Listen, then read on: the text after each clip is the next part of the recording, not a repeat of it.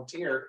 Her first publication was back in 1994 when she published the Snedden saga from Lanarkshire to Lanark. And I actually used her book as a bit of a guideline when I did my own family tree history. So I thank her for that.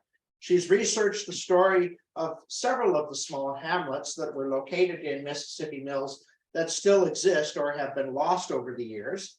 And her passion for local history can be seen throughout her involvement in various other organizations, such as the Lanark Genealogy Society, Archives Lanark, and working with them in publication of several books on the schools of Lanark County for the various townships. Marilyn was also a longtime worker with the Women's Institute, the North Lanark Agricultural Society, and the Ontario Senior Games Association. And in recognition of her dedication and long service to the community over the years, most recently on June 14th, she was awarded Outstanding Senior Citizen by the town of Mississippi Mills. It's my pleasure to introduce our guest speaker, Marilyn Snedden.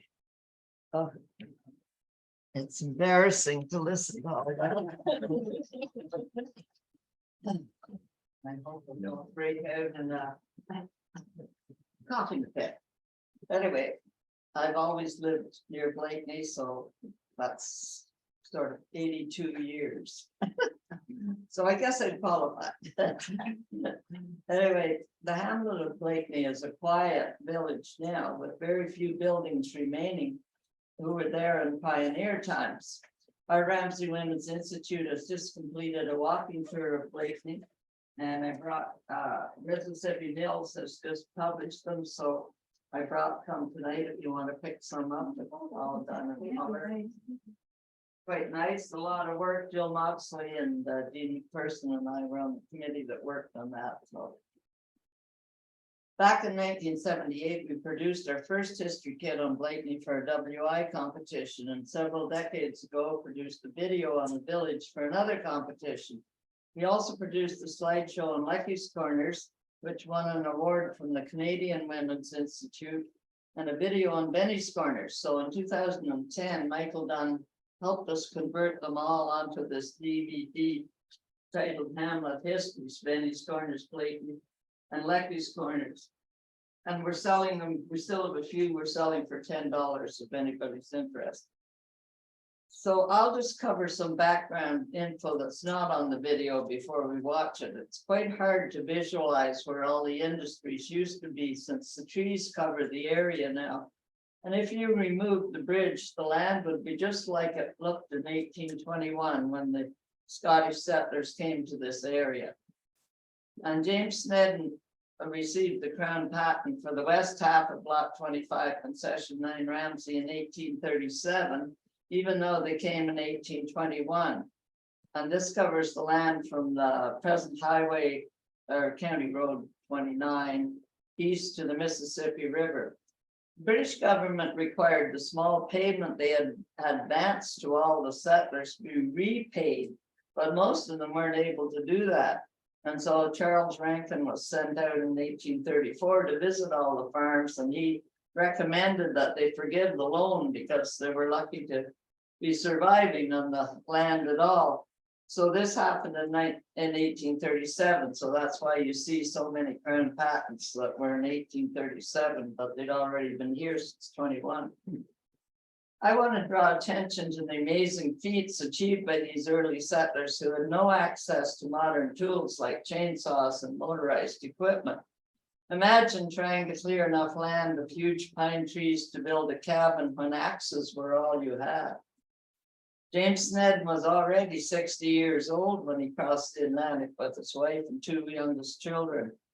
His sons Alexander and David and their sister Janet had married 3 white siblings, and they had cleared some of the 100 acres of the land that they received over in Beckwith, right where the Kavanaugh construction is. That was the area that they were there 2 years ahead of the parents coming out. So when Alexander came with his father to check out the water power, he was really impressed with the water power at Blakeney. And so they switched farms, and his father and mother went to live in Beckwith, where they'd already cleared some of the land. and they developed the waterfalls at Blakeney. So it was quite an amazing feat of engineering to dig a tunnel, you know, when you go to cross the bridge and you go to go up the hill into Blakeney, there's a fairly narrow strip of land between the main river and the bay down on the other side. So I still don't know how they did it, but they had to back the water up and dig a tunnel. So when William, the grandson, was interviewed in 1901, he said, "There's a large dam of masonry lining the riverbank for 20 yards. It's 20 feet high and 3 feet thick of stone laid in cement." So how did they do that with picks and shovels and hold the water back while they dug it? And so then they had this tunnel, and that made enough force of water that they built a grist mill and a sawmill at the bottom in the bay. That was that was the first mills there. So the grist mill was there as early as 1825, because there's a story that there was a terrible frost in 1825 that destroyed all the crops. And so Mrs. Black, who lived on the corner of the 7th line and Clayton Road, so the highway is the 9th line, so like 2 miles up there, she woke up before her family in the morning and walked to Blakeney to get cornmeal for her starving family and walked back. Now there was a woman. You don't know how they survived, but they certainly did. In later years, the timber slide was built over the tunnel, which was no longer in use since Abiel Marshall had harnessed a narrow channel on the north shore of the river by building a dam there. In the 1871 census, its mill produced 1,500,000 board feet, valued at $15,000. But the next year he moved to Washego, where he had a big lumbering operation up there. We went there and visited a few years ago, and it was quite a, their Tweedsmuir books up there had quite a story on that. One of our neighbors said his father remembered the piles of sawdust reached from the mill down on that island, like the park, on the side of the park, there's a little island there, and they built bridges across to it. So that's where the sawmill was. So the sawdust pile reached from there up to the bridge. There was no rules about pollution there. So the Sneddens made good money from the timber slides that they installed. After they had this tunnel, later then they built this timber slide, because all the logs coming down from the Mississippi were getting wrecked, and they went through the rapids of this river. So they built a timber slide over the tunnel somehow, and the lumber barons like McLaren and the Caldwells paid for each log that went down the slide. And the story goes that J.R. Booth tried to run his logs through at night to avoid paying.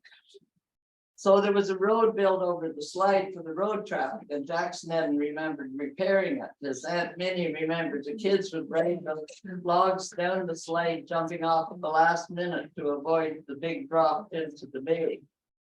And the house I live in at the corner of the highway and the Blakeney Road was built to replace a frame building which was Snedden's Inn since at least 1829, when it was mentioned in the last Laird of McNabb. It burned in 1853, but the wrong date of 1844 has always been repeated, since that's what William Snedden said in his 1901 interview. But you know, at least I know, if you're thinking back 50 years, you can be out 8 or 9 years in a date. And so I used to wonder why I could never see anything in the Bathurst Courier about this inn burning down. But then when people started putting information up on the internet, somebody had taken out, transcribed the Bathurst Courier, and it said that Alexander Snedden's dwelling place burned to the ground, and it was in 1853, not 1844. So I think Snedden's also lived in the hotel at that time, but I don't know that for sure, but it said dwelling place. That's right out on that Highway 29. Yeah. It's right on 29. Yeah. So there are many more places of interest in the hamlet, but It was called all these different names, Snedden's names in Rosebank, but it was finally named Blakeney after the Premier of Ontario at the time, Sir Edward Blake. When the post office opened, they found it was already a Rosebank in Renfrew County, so they had to come up with a new name. What a surprise to name it after the Premier. Some things never change. Small frame church was another important feature that isn't there anymore. It was demolished in 1970 when the congregation closed and moved to Pakenham, and they decided to demolish it because one church had been turned into a garage and they didn't want that to happen. So I've gone on long enough and we can watch the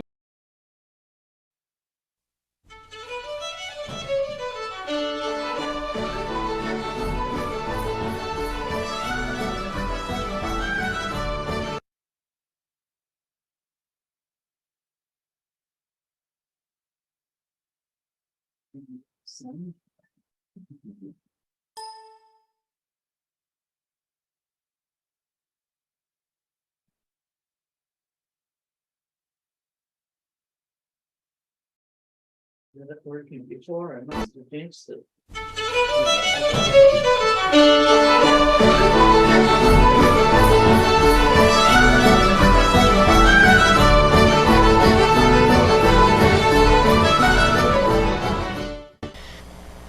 Those who happen upon Blakeney, a small residential hamlet a few kilometers north of Almont, are captivated by the picturesque rapids and waterfall formed as the Mississippi River is suddenly channeled between a delightful picnic ground and what appears to be a rough outcrop of land. It was the sound of those same rapids that drew James Snedden and his son Alexander to the spot more than 180 years ago, as they followed a rough trail of blazed trees from Almont, then known as Shepherd's Falls, along what is now County Road 29. To Lanark County's early settlers, rapids meant water power for a mill, and the Sneddens soon claimed the land at the place known as Norway Pine Falls, and in 1825 Alexander built a grist mill. Taking advantage of his location on the rough track that led to the logging camps up in Renfrew, Alexander soon opened a hotel, and Snedden's stopping place soon became known as a good place for a meal, a sleep, and a rest for your horses. The original structure was destroyed by fire in 1853 and rebuilt. The settlement became known as Snedden's Mills. In 1829, Alexander joined the lucrative timber trade in Renfrew County. His father James had been awarded 200 acres there for serving with the British in the American Revolutionary War. Here he cut squared timber that was floated down to the Ottawa River, ultimately reaching Quebec City to be shipped to Britain. Alexander soon recognized the need for a timber slide at Snedden's Mills to bypass the damaging and dangerous rapids. The slide, which was similar to this one, was built at the base of the hill where a tunnel between the river and what was known as the bay had been dug years before to power the grist mill. For many years, tolls for its use brought the family a considerable income, although Snedden family lore recalls that J.R. Booth would try to run his logs through unobserved and then refuse to pay. The slide is believed to have operated until the 1880s. Very few who drive up the hill after crossing the Blakeney Bridge are aware that there is a solid 20-foot-high dam of stone laid in cement lining the riverbank for 20 yards. Indeed, the current owners of the house built over the site of the slide have occasionally uncovered some of these stones. By 1834, a sawmill had been built, and the Sneddens' first cabin had been replaced by a substantial stone house and barn on the riverbank. The settlement began to grow. This stylized aerial view of Blakeney shows the bay, the island, and what was known as the Bytown Road, which led into the village from what is now the highway at the same point as the road does today. It also shows the location of the bridge, which has always been the same. In 1850, Robert Gomersall built a tannery on the site of the first sawmill, and by the time the Directory of 1858 was published, the settlement's name had changed to Rosebank and included a cooper, John Glover, who made barrels, a new grist mill, another sawmill built by Abiel Marshall, and a brewery. In 1865, the Brockville and Ottawa Railway that had ended at Almont continued construction and ran rails past Rosebank towards Renfrew and beyond. Passengers and freight were now able to move quickly. The road that had previously carried the horse teams that hauled all the produce and lumber north and south was suddenly quiet, and Snedden's stopping place, now known as the Rosebank Hotel, soon ceased operation. Indeed, the elegant brick house built by Abiel Marshall opposite the stopping place as a hotel became the family's home instead. The Snedden family also moved into their old hotel, and the stone house on the river became a cheese factory. The Rosebank Dairying Company operated there until about 1932, when a new site was established at the north end of the bridge. James Cox ran a cheese factory there for 10 years. It was then taken over by a farmers' cooperative, the Rosebank Cheese and Butter Company, which operated until 1954, when Producers Dairy opened in Almont. The structure was then converted into a dance hall, but burned down 2 years later. A small frame structure known as Snedden Station was erected at the railway crossing east of the hamlet. The station was a flag stop. Someone would flag down the train by standing on the line waving a red lantern, and then load on their milk cans or bags of flour from the mill. This would happen repeatedly along the rail line, hence the term milk run. Fenlon's Hotel was built at the north end of the bridge by James Fenlon, a native of Ireland. Just past the hotel was Coxford's cobbler's shop, operated by James Coxford, who had previously been employed at the tannery.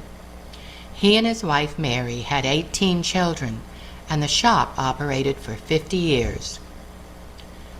Further along the north shore was Abiel Marshall Sawmill, which had become a large operation by the 1870s.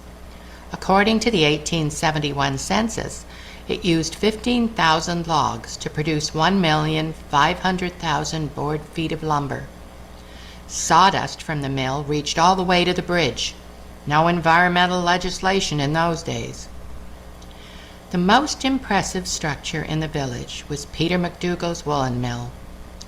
Built on the site of the first sawmill, it was 3 stories high, and its eastern wall was on the island, so that the structure spanned a narrow channel of fast-moving water and was powered by a water wheel underneath.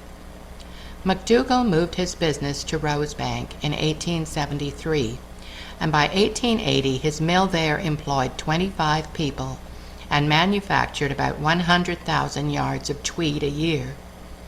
McDougall also built an impressive brick home on the banks of the river just past the bridge. The mill was sold to Peter Campbell in 1906 and operated until 1919, when Campbell moved the business to Almont. Campbell donated the woolen material for these uniforms for the Benny's Corners baseball team, one of which can be seen at the Mississippi Valley Textile Museum in Almont. The mill's storehouse, a flat-roofed stone building, was conveniently located beside the road at the end of the bridge. The mill building itself was demolished in the 1920s because of fears that it would collapse, and so was the storehouse in the 1990s. A wooden boardwalk led from the woolen mill all the way up the hill to the train station, a very long stretch. The first bridge was built of logs and was in the same location as the present one. The first concrete structure was built in 1915. The brewery at Blakeney was located at the end of the bridge, but by 1864 the building was for rent, according to this ad in the Carleton Place Canadian. In 1869, a log schoolhouse was built on Peter Sims' farm, half a mile south of the village. A brick schoolhouse was built closer to Blakeney in 1873. Teachers there taught up to 40 pupils in 8 grades, and between 1886 and 1900 were paid $300 to $400 per term. James Naismith taught there in 1882. From 1898 to 1907, the teacher was Alex Young, seen here with his family and in front of his frame house on the hill. A new school building was erected in 1939 and operated until the late 1960s. Seen here is a school softball game from 1952. The school still stands on the 10th line and is now a private home. Today, as you pass through the hamlet, the island and the bay are almost invisible. The original road followed the edge of the bay, with a bridge over to the island about halfway along. Its route was changed to decrease the steepness of the hill. New guardrails cut off access to the old road and the bay, and nature has taken the island back. But Pine Isle was a busy spot in its heyday, with an oatmeal mill, a flour and grist mill, powered by water created by a wooden dam, and the Marilyn's house. The grist mill produced flour and animal feed and was sold to Alexander Snedden's son in 1869. The mill's account book for 1875 lists 9 local employees who earned from $5 to $13 a month. The mill was sold to John Merrilies from Fallbrook in 1888. The family's white frame house soon became the social hub of the community. It was demolished in the 1920s by Isidore Skizens to build his home in Almont. The stone oatmeal mill with its tall ventilation stack was the last building on the island until it collapsed in the 1970s. In 1874, the post office opened, and the name Rosebank was officially changed because of a duplicate in Renfrew County. The name Blakeney was chosen to honor Sir Edward Blake, Premier of Ontario. James McDougall was Blakeney's first postmaster, and Robert Stewart carried the mail from Snedden Station to the post office every weekday. The post office also housed the community's general store, which continued to operate after the post office closed in 1957. The store operated until the late 1960s and is now the home of the Evans family. The other pillar of the community was the white frame Presbyterian Church, built in 1876. The Reverend Robert Knowles, seen here with his family, was its minister until 1890. A large brick house was purchased from Thaddeus Marshall in 1878 for a manse. This photo of the church choir was taken in 1905. In the 1950s, Blakeney's congregation was combined with those of Pakenham and Cedar Hill under the Pakenham pastoral charge, and as membership declined, the congregation voted to close the church in 1968. The decision was made in 1970 to demolish the church rather than let it fall into disrepair. The manse was sold in 1950 and is now a private residence. Blakeney's residents were hard-working, but recreation was an important part of community life. This picnic took place in 1890, and here is the Rosebank lacrosse team of 1893. Tennis was also popular. This game took place at the manse in 1910. Today, Blakeney is an attractive residential community. The swimming hole is still in the same spot that it's always been, close to a beautiful park with quaint wooden bridges beside the rushing rapids of the Mississippi. The names of its streets echo some of its past, but the visitors that pass through, admiring the natural beauty of the hamlet, have no idea of the thriving industrial community that stood here at the turn of the 20th century.